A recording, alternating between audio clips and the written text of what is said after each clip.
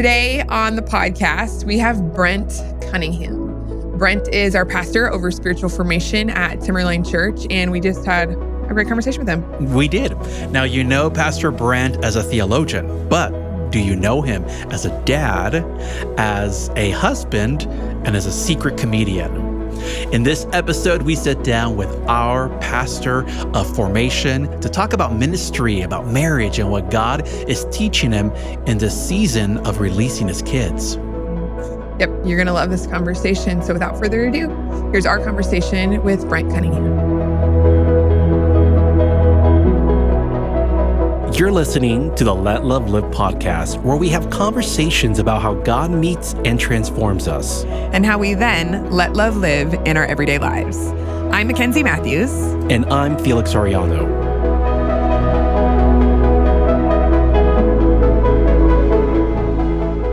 Well, friends, welcome to the Let Love Live podcast. We're here in the studio with our friend, Pastor Brent Cunningham. Welcome. Thanks for having me. Pastor over spiritual formation. You've been on staff for 21 years, right? But for people who haven't known you, or maybe you're watching this and have never met you before, can you just give a little snapshot of you? Yeah. I'm a native of Colorado. So I was born in Poudre Valley Hospital, December 23rd, 1974. From what my parents tell me, after I was delivered, I was brought to my mom in a large red Christmas stocking, because it was 2 days before Christmas. And they drove me home on my mom's 1967 Pontiac GTO with a white Cordova top, which is pretty cool. So the coolness all went down from there, but that's where it started. Grew up kind of up and down Northern Front Range area my whole life until college. One of three boys. So I've got an older brother, younger brother. I've got middle child syndrome to the nines. And I've been married for this July will be 27 years to my wife, Kristen. And we have 4 beautiful kids. We actually had, 3 miscarriages in there as well. So we've got 3 waiting for us, but 4 here. And a couple in college. Third is about ready to join. And in like 2 years, we'll be empty nesters. Wow. And it just blows my mind. Do you feel like an empty, do you like, oh, I'm almost there? Does that feel, or is it just felt like shocking? It's been a little shocking, but I mean, I feel like I'm encroaching upon the second half of my life. I turned 50 a couple months ago. My wife and I are talking about what is it going to look like to be empty nesters? I have a daughter who just got married a month ago. What will it look like to be grandparents? At some good advice of a sort of distant mentor of mine, it was like, you have to renegotiate with your wife now the second half, because it's going to look really different. Your dynamics are going to be different. So just all of that's hitting. And I'm going, what's that going to be like? It's a unique season. So you have one just married, your first daughter married, your second daughter graduating high school, you mentioned. So what kind of feelings is this season stirring in you? Mixed. I feel so mixed. At moments, it's like joy, watching things, watching them hit benchmarks that I raised them for, and yet deep sorrow and loss. It's like I've been raising my kids who I don't want to lose to be at a place where they don't need me. So I know we're both parenting, be like, write that one down. Well, and I had the privilege of attending Brielle, your daughter's wedding. And again, I'm like, so sweet, but you've been mean to me also, saying you see those cute babies that you have? Yeah. Enjoy them, because it'll be here tomorrow. She's gonna get married. And I'm like, what? Yeah, I've told you this story before. When I was first on staff, all of our kids were like knee-high level. And we had 4 kids within 5 years, 5.5 years. So they were all, we had 3 of them diapers at once. I remember counting up the cost, and we were paying more for diapers than we were for a car payment. And I'm just like, I can't wait for this to be over, But these middle-aged ladies, right about 50, would always walk up to me in the hallway when they're in tow and you've got diaper bags and all this stuff. And they would like not grab our face, but like emotionally felt like they were grabbing our faces and saying like, enjoy it, take it in, it goes so fast. And, it's so wonderful. And we would kind of, nicely look at them like, you have no idea what you're talking about. You're a lunatic. This is so difficult. I am now that middle-aged woman, and I catch people and I grab them by the face and I go, enjoy it. It'll go so fast. So it's like, I'm now there. So they were right. They were right. I had no idea. They were right. I've had the privilege to get to know your kids personally, all of them. And it was touching to me to be at Brielle's wedding and get to see some of the speeches. Because uniquely, your youngest daughter who's graduating, we mentioned Serena gave a speech, but then also your oldest son gave a speech. But one of the things Keaton, your oldest, said that now I have been saying to my son, even though like my youngest is a baby, freshly baby, he had shared, my parents always used to tell me that your sibling is your best friend. Like, this is your best friend, your sibling is your best friend until they get married. And it was the sweetest. I mean, I was misty-eyed. I imagine that you were. But was there anything you ever did parenting-wise where you learned that? Did anyone teach you that? Any profound parenting advice for some of us who are still in? So, Maddie, I do remember we had a lot of people tell us when we had our first, and then the second one was on the way. They said it's really easy for the first to feel slighted because there's now attention on someone else. So include them in the two of you in like caring for the third so that they don't feel pushed aside. They're sort of like, hey, come along with us and like, would you help us with this one? And so we tried to do that with all the kids, and that seemed to work. But I would just say I've learned, and this is a true statement, I've learned more about the Father heart of God in being a parent than I have from any theology course or book that I ever took or read. That is incredible. I mean, you just answered a question I was going to ask. If that was my follow-up question, is what has being a dad taught you that seminary couldn't? You just answered that. Yeah. That's heavy. I want to hear a little bit, and actually I don't know if I've ever heard the whole story when it comes to some of the health challenges that your family has faced, particularly around Talon and his birth, and then also around Kristen, if you feel comfortable sharing. Can you give us a picture of those things? Yeah. So when Talon was born, we thought he was like this perfect baby because he just slept all the time. We're like, this is wonderful. Well, come to find out he was, he had what they call failure to thrive. He wasn't eating enough. They didn't know why. Kind of a long road of that. His birth, his weight was dropping, getting too dangerously close to his birth weight. And so finally they had to, they did a GI tube and, feeding tube, a couple different kinds. And so he had that for years. He had a feeding tube for years.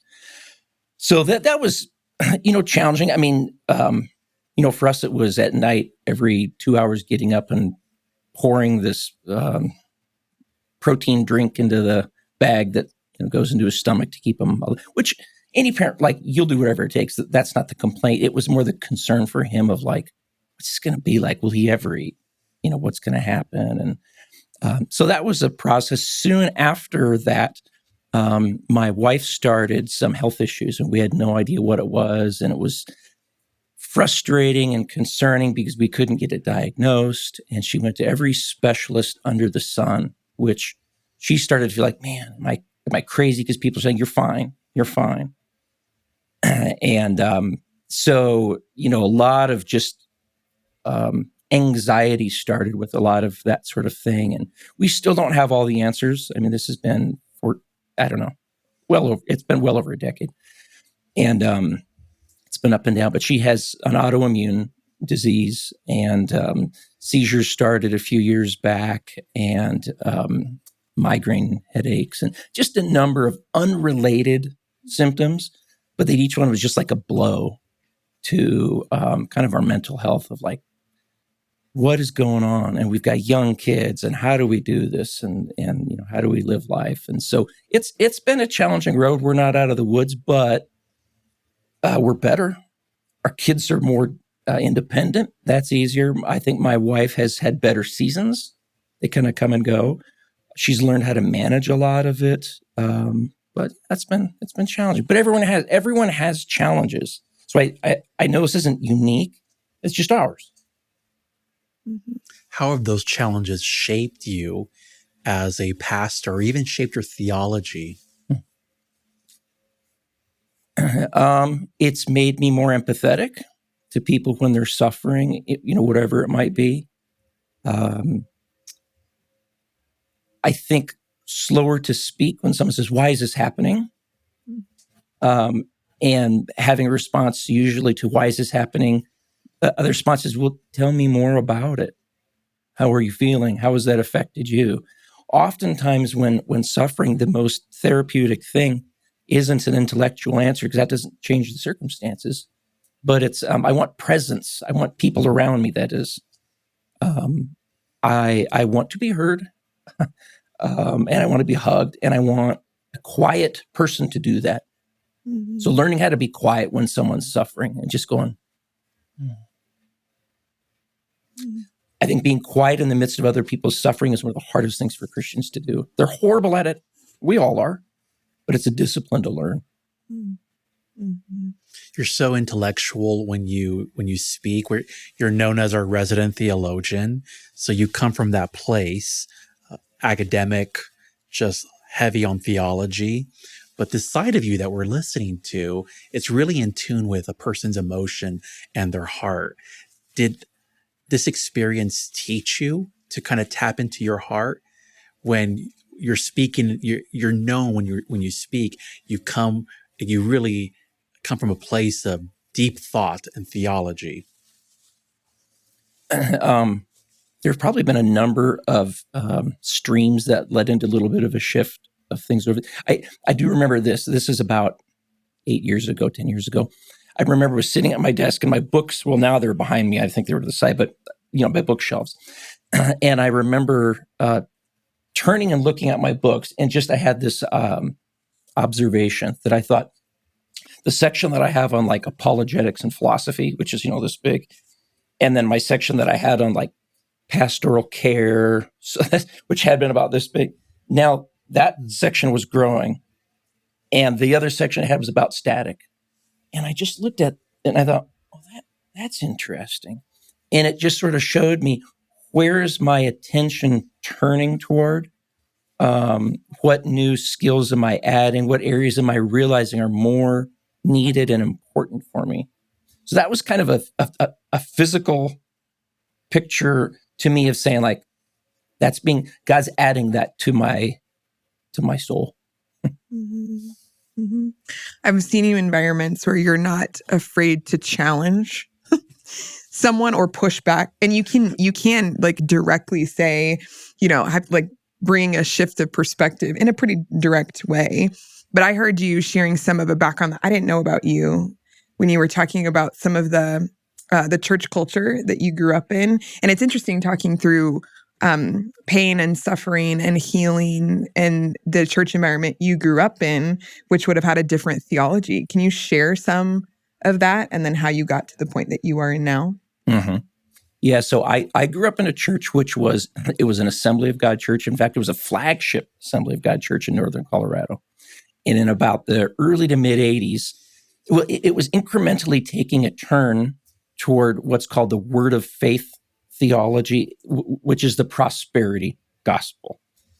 And not to drill down deep into that, but and then in about the 80s, the church pulled out of the assemblies and really took a hard turn toward embracing that theology. And it just kind of kept going and going and going. And we were deeply, here's what often I say to the church that I grew up in, it was theologically askew. So theologically, it was pretty unhealthy.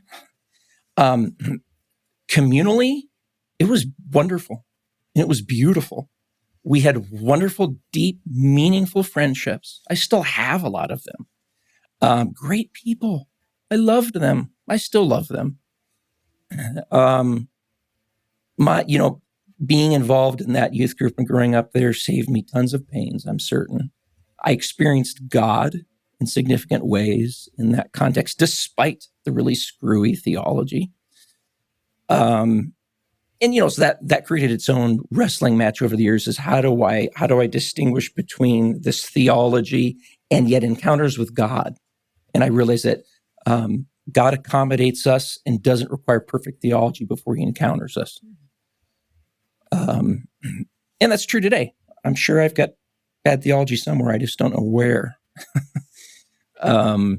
So anyway, but being in that setting, it was a largely anti-intellectual culture.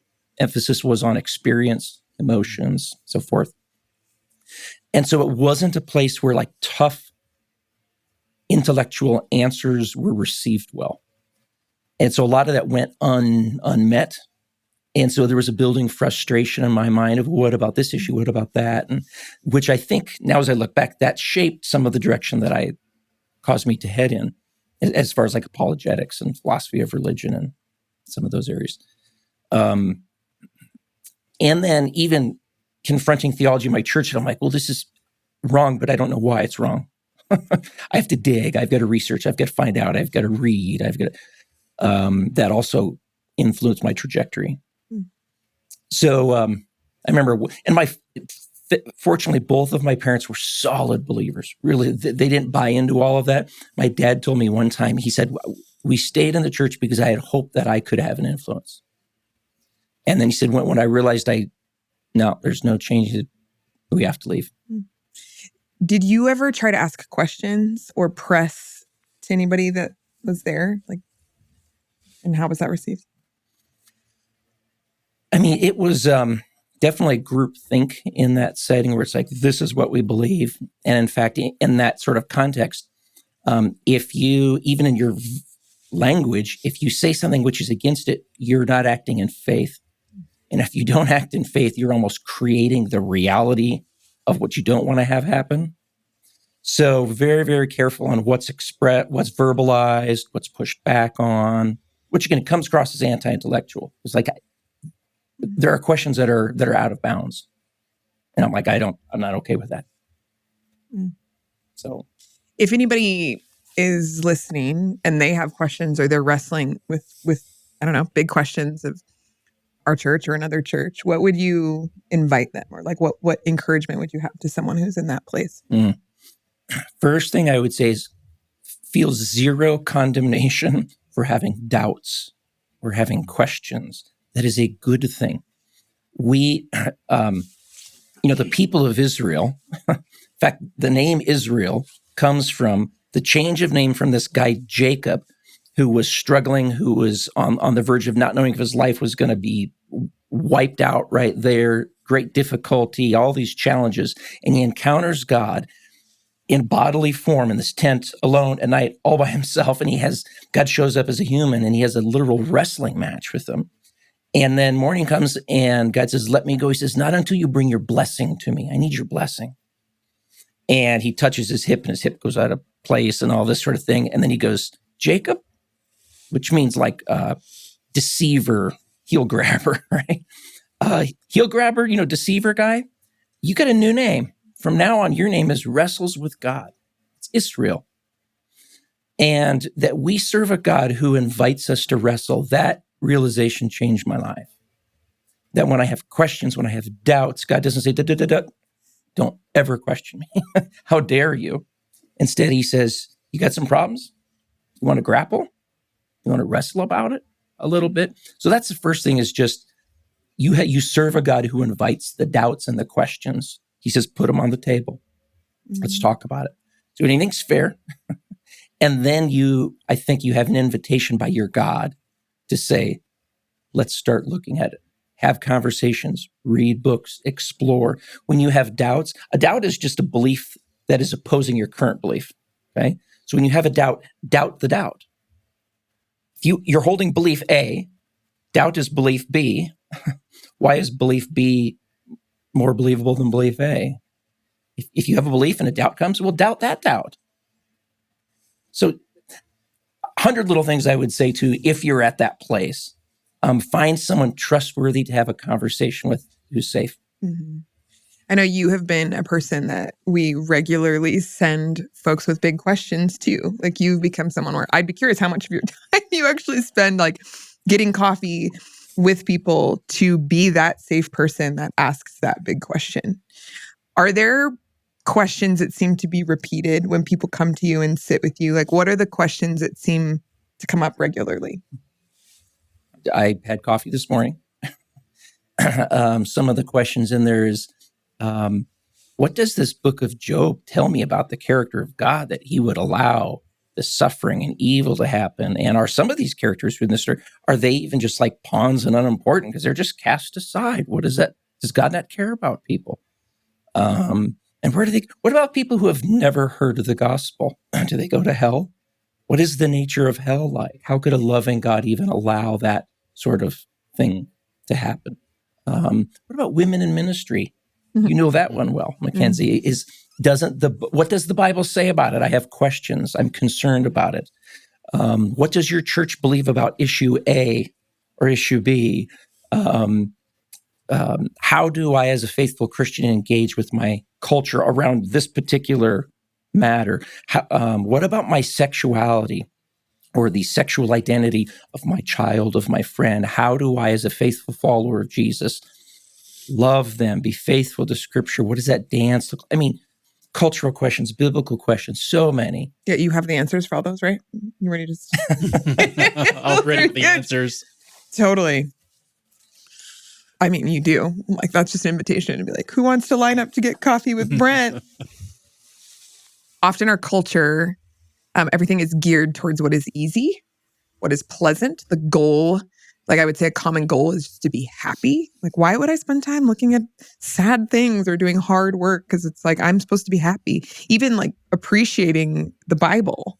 Someone would be like, I actually don't have time for that. I don't want to read all that. I need you to give me I'm going to ask ChatGPT to give you a summary so that I don't have to do the work of studying that comes along with that. Like, just it's a profound thing to say and to remind and to share that it's worth doing the work and it's worth asking the questions. No small thing. Man. Can you share a little bit about your mom? I mean, you did share about your parents, but particularly, I think your mom has had a unique legacy here at Timberline and also just a legacy in your life. Mm-hmm. Can you share a little bit about her? Yeah, I'd love to. It's hard to know where to start. My mom was an extravagant gift to this world by God. I think the most amazing woman who's ever walked the planet. She was, as is said of some of the people in the Bible, the world was not worthy of them. And she would balk at that. That's how her kids feel, though, and her husband. She passed away in March of 2022. So 3 years ago, after several years of a battle with dementia, which was probably the hardest thing I've ever gone through, is losing my mom. And not just losing her day of, I don't mean that. I mean the loss of over a long period of time. So my mom, she was an adventurer. She was witty. She was funny, classy, so much fun. And, so she was, when we moved into this church building, whatever year that was, 02, 03, I don't know when it was. 1 or 2? So, yeah, something along those lines. I forget, 04. It just came to me.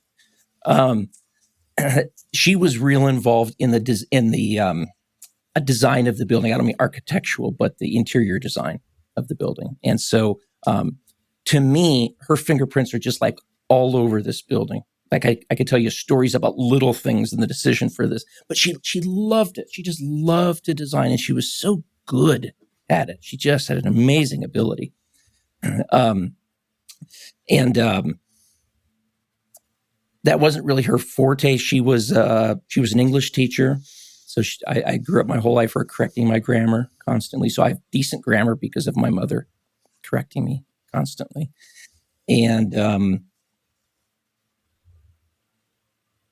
where else am I going to go with that? I mean, it's just a wonderful woman. Yeah. She was fabulous. Fabulous. Mm-hmm. I'll tell you one little story. I don't know if this doesn't necessarily capture who she is, but I don't know. To me, it was just kind of interesting when my dad told me about it. My mom always was like put together. Like she just looked put together, had nice jewelry and nice clothes and all that stuff. But someone said something like, she liked nice things, but she wasn't attached to them. My dad said that. I said, like, what do you mean? He goes, let me tell you the story one time. He said, we were driving, I don't know if they're going up to Estes to like spend the night up there. They're going home after something, but they stopped by this little store to get a bottle of white wine. They were going to go home and have a bottle of white wine and some crackers and cheese, whatever. So they pulled into this kind of crummy little store. She goes, I'll run in and get it. And my dad's kind of like, I don't want to be seen here. So she runs into the store, and when she's in there, she comes out, and my dad looks over. She's walking out, and he looks at her neck, and he goes, "Where's your necklace?" She had on this beautiful necklace that my dad had bought her in Hawaii, which is just beautiful, kind of nice one. He goes, "Where's did you lose it?" She goes, "No, I gave it to the lady inside." And he goes, "What?" Apparently, she walked up to the counter and she's buying. And this woman, she said she looked like someone for whom life had been hard. And the woman said, "Oh, I love your necklace. I don't think I've seen a more beautiful necklace before." My mom went, "Here." And the woman said, "What? No." She goes, "No, I want you to have it." And so and she was like happy to. And she walked, and she wasn't even going to say anything to my dad. But when he said, like, "Why did you do that?" She said, "Oh, I think it'll mean more to her than it does to me." Like, that's a tiny snapshot of a tiny moment that was, forgotten in her mind, I'm sure. That's one picture of who she was. So when people said she liked nice things, because she did, she looked always put together, but she wasn't attached to nice things. I love that about her. What a legend. Julie Cunningham. Everyone knows you for your theological depth. We get to see another side of you that I don't think anybody that's familiar with just your preaching ministry gets to see or hear. And that is your incredible sense of humor, which is really comes to life and sparked when you're in the room with Pastor Jeff Lucas. When the two of you guys are together, oh my goodness, like the way you guys shoot at each other, it is pure comedy. Where did that come from? Your humor and the quick wit. Well, I usually hide it because it's sarcastic and dark. My home, I grew up in a home of 3 boys. I'll tell you this story. This is kind of fun. So when we first got married, I told you we moved to New Orleans. My wife and I are down there all alone. My older brother comes to visit us. "Hey, I'm going to come down and stay with you." So he's sleeping on our couch in the living room, our tiny little new apartment first year. And first night, he's okay, good night, Mark. He goes in there, we go into the bedroom. As soon as we get to the bedroom, Kristen grabs me and she goes, "I don't want you to believe any of those awful things he said about you." And I go, I'm sorry, what? She goes, "None of them are true. Nothing of what he said is true. You're not." And there's all these horrible, awful things, And I go, "What?" She's one of 3 girls. She grew up in a household that was like, "You're pretty. No, you're pretty. No, you have nicer hair. No, your skin's nicer than no." I grew up in a house where it's like, if my brother's not mocking me and saying something cutting, then I think he doesn't love me. That actually does feel like a man thing. Because Justin, my husband, loves to be roasted. He genuinely is like, "Let's have a roast," and you roast me. But he also is sensitive. He takes it personally, but he loves it. He loves when people just joke and roast, I guess, where I'm like, yeah, that doesn't work with women. I would not roast the women in your life. Oh, yeah. Yeah. No. Oh, my goodness. Well, it's something that we love about you, but nobody gets to really see that or experience Well, if I mock that. people from the pulpit, they tend to leave, unfortunately. So. Yeah, unfortunately. You've been on staff for 21 years. And I sort of want to hear, like, how did you get here? How did you get here? Why do you stay here? And have you had any other roles other than your current one since you've been here? Yeah. How did I get here? Reluctantly, in one sense. I had zero desire, based on what we talked about earlier, my church experience. I had zero desire to be in the church. None. I thought you became a pastor kind of like when you couldn't really do other things. That's the default of like, well, what should I do? Which is a horrible thing to say. But I'm just being honest. That's what I thought. It didn't feel respectable, whatever. And so in college, I'm taking kind of like some biblical studies classes just because I enjoyed them, not because I had any desire to go into things. And slowly inching that way, and through a series of different encounters, I was introduced to people who gave me tools and taught me things, helped me to connect dots, that my mind kind of came alive, was lit on fire by different concepts. I remember I was taking these biblical studies courses, and my senior year, I took a class, Intro to Ethics. I didn't, it was a philosophy. I hadn't taken any of that kind of stuff before. And Douglas Henry, he had just graduated his PhD from Vanderbilt University. He's a brand new professor. Day one, he comes into the class and he says, "This is ethics. I want you to understand what philosophy is." So he draws this stool, like three-legged stool on the board. And here's metaphysics, and here's epistemology, and here's axiology, and ethics is. And I'm watching, and I'm just sort of like, why have I never heard this stuff before? And as he taught, he would have these little excursions sometimes he would take these philosophical concepts and apply them to a theological idea. And he was giving me like new categories, new language in which to think. And I was like, this is just fantastic. It's like this wedding of philosophy and theology. And all of a sudden I'm like, I want to do something like that. So graduated college, didn't know what I wanted to do because of some connections and relationships. I had an opportunity to go overseas. So I entered this program called EPIC, English Program in Korea. And I went to South Korea for a year and taught conversational English in a couple provincial governmental high schools, just because I didn't know what to do. And I did that for a year, ended up getting engaged while I was there, not to someone who was there, my wife. She came and visited me. We got engaged in South Korea, in Jeju-do, which is a little island off the southern tip of Korea. And then I desperately wanted to come home. I wanted to come home and get married. And so after that year, came home, got married, had an opportunity for a scholarship down in New Orleans Baptist Theological Seminary. So we loaded up the moving truck, drove to New Orleans, Louisiana, lived about 8 minutes away from the French Quarter, and did graduate work there for a year, and then moved back here. And all the while, I'm being introduced to these areas of philosophy of religion and apologetics, and I'm just diving into it. It's like introducing brand new categories and concepts to me that's helping me understand my faith better, helping me answer some of those tough questions that I had for many years that were unanswered. And so come back here, living in Boulder, finishing my graduate work down at Denver Seminary, and graduate, get a job teaching at a Christian high school in Loveland, and living in Boulder, driving every day to Loveland, going to church on the weekends in Fort Collins at this place called Fort Collins First Assembly of God. And I remember there was this one pastor on staff named Rob Coles. I remember my mom had a little tape from a Sunday morning message, and she sent it to me. I remember getting it, said like postmodernism, or the gospel and postmodernism. And I was like, this church is talking about postmodernism? I'm intrigued. All of these little things were tiny breadcrumbs leading me to the church, because I didn't want to be in the church. And so slowly, all of a sudden, my want is being redirected. And all of a sudden, I'm like, maybe I want to be there, to eventually going, I really want to be there. I saw the community. It seemed healthy. The leadership I respected.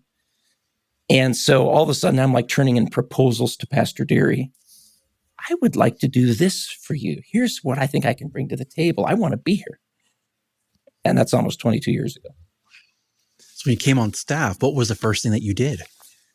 Part-time, it was like, hey, can you oversee our adult education? Because I had started to volunteer to teach Sunday school, adult Sunday school. And we had just moved in a new building. The old building had no room for classrooms.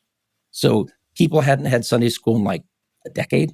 So it's announced like, we have adult Sunday school. Don't you want to be a part of adult Sunday school? So I'm like, well, I'll teach a class on apologetics. So I show up like first day to teach the class. I'm 25. And there's like 60 people. And I'm just going, whoa. Oh, okay. So eventually it was our deacon, whatever deacons at the time said, hey, would you like to oversee our adult education? We'll pay you a little tiny stipend. Like, I'd love to.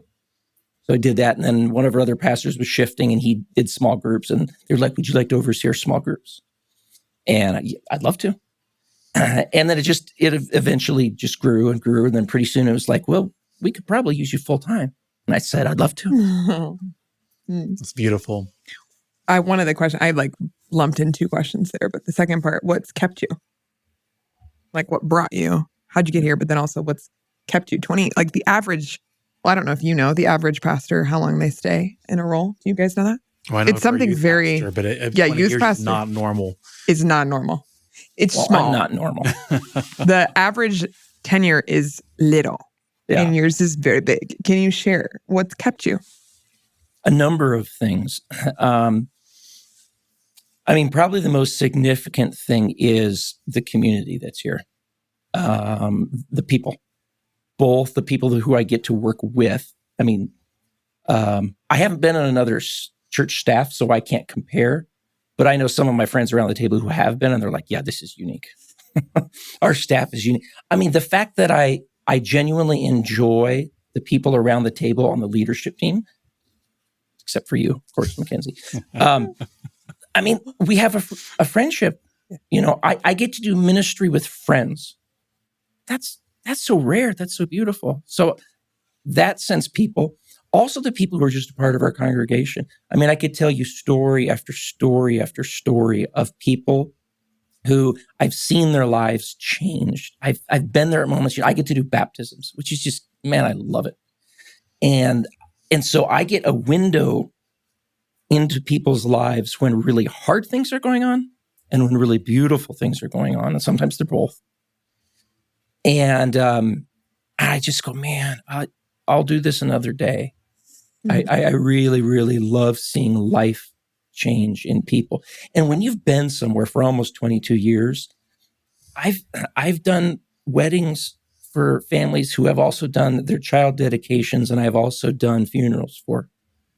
I'm like, I've got a lot of life with you.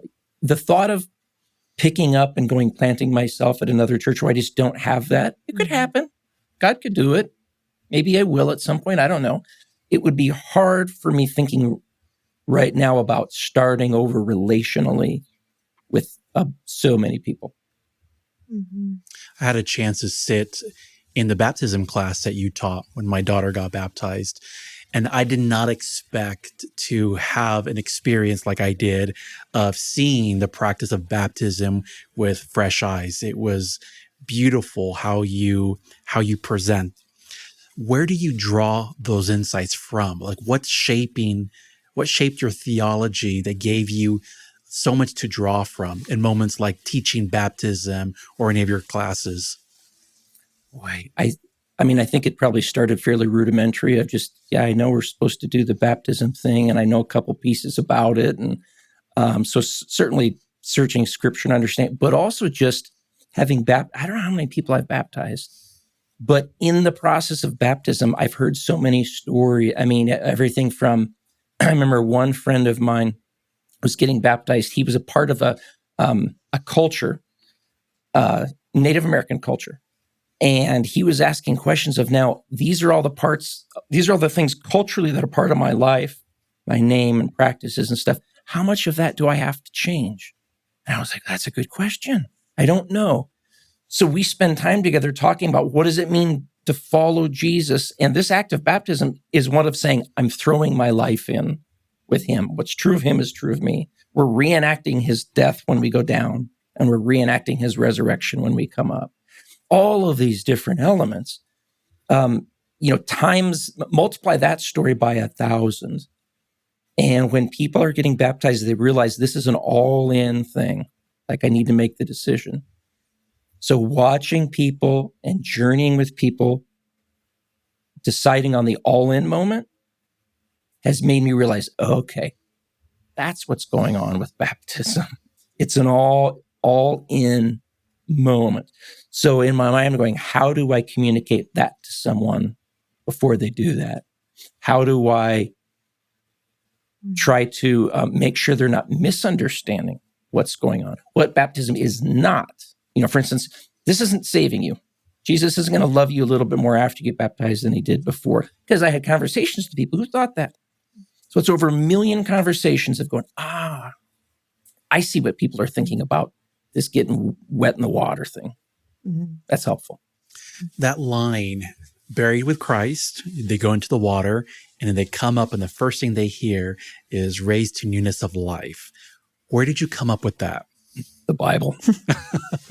It's a signature tagline. Like, I've never seen that done anywhere else, because it's part of the experience, and you teach that in the class, and you have that signature line. It's even on the t-shirts. Mm. So it's obviously biblical, but it's signature to Timberline. Or where did that come from?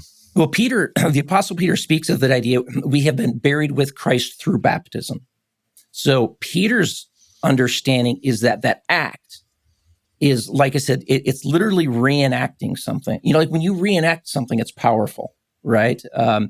Think of the Israelites would annually reenact many things. Most of their festivals were reenacting, right? They're going to go live in a tent, the booths thing, and they'd go live in a tent. What are you doing? You don't need to live in a tent. You got a house right here. I know I'm reenacting something. Why is that?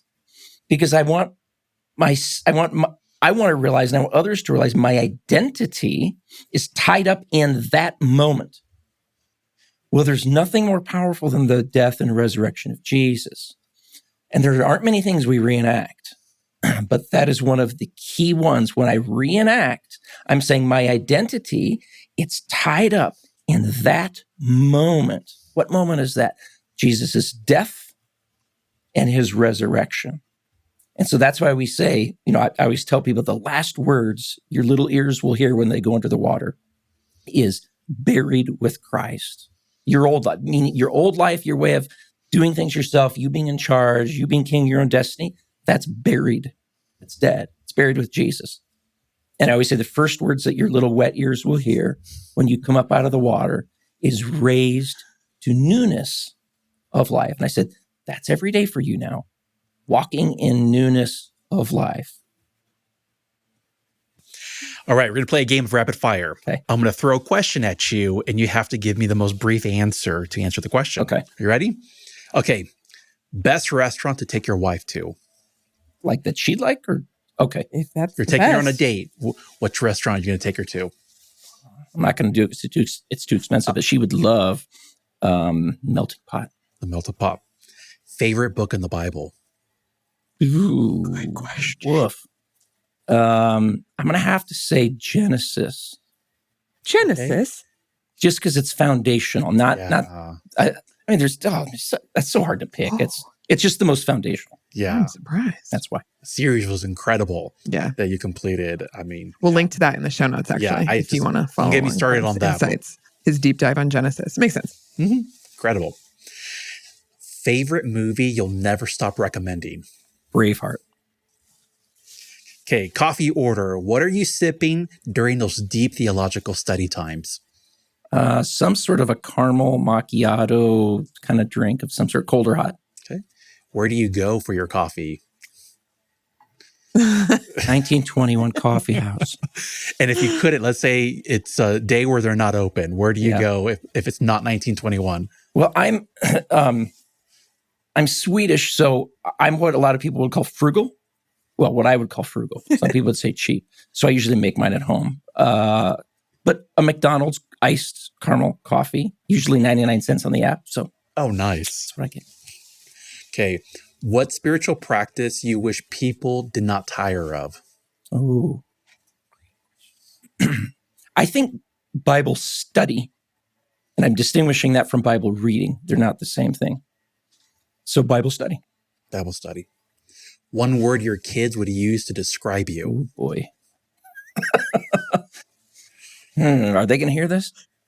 Hopefully. I'll use to describe. Hope you guys are listening. Oh, gosh.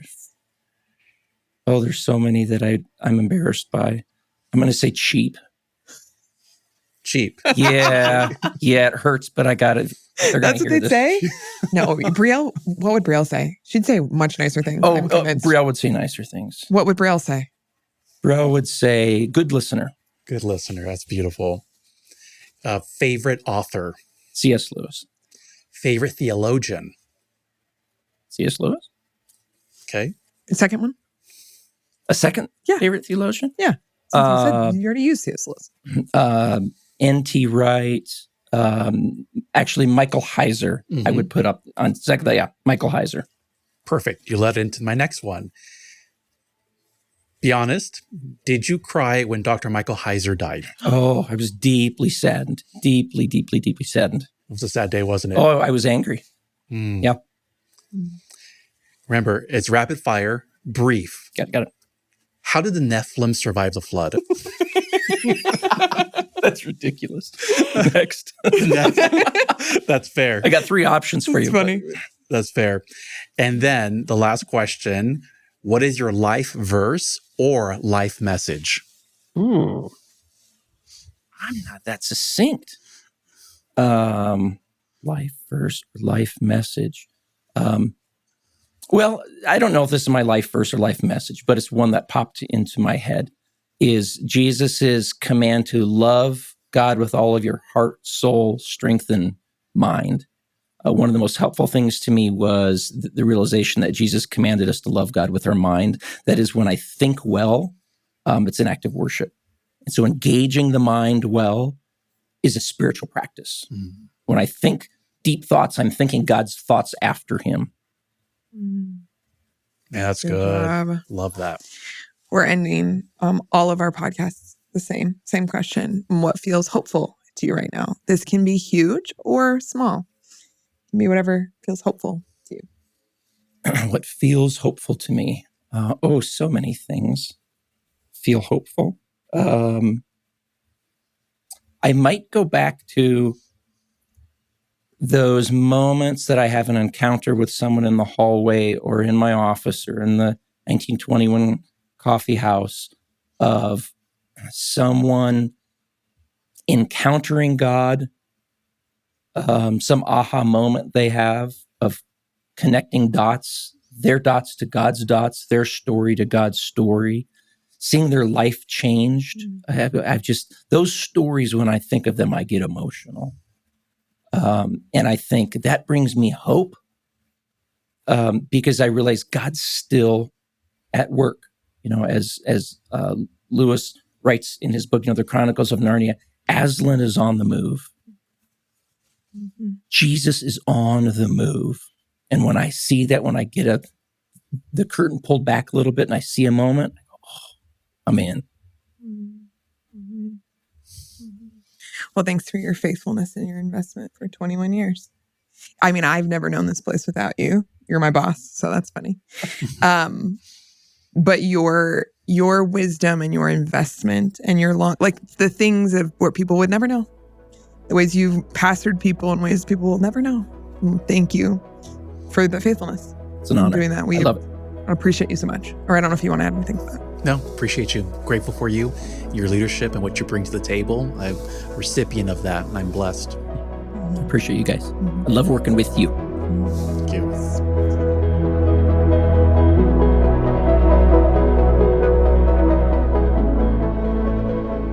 Well, that was a great conversation. Yeah, it was. It was honest, it was deep, and also funny. He's sneaky funny. So what surprised you the most about that conversation? I think, well, maybe surprised, and also what I appreciated the most about the conversation was when he was talking about his mom, Julie.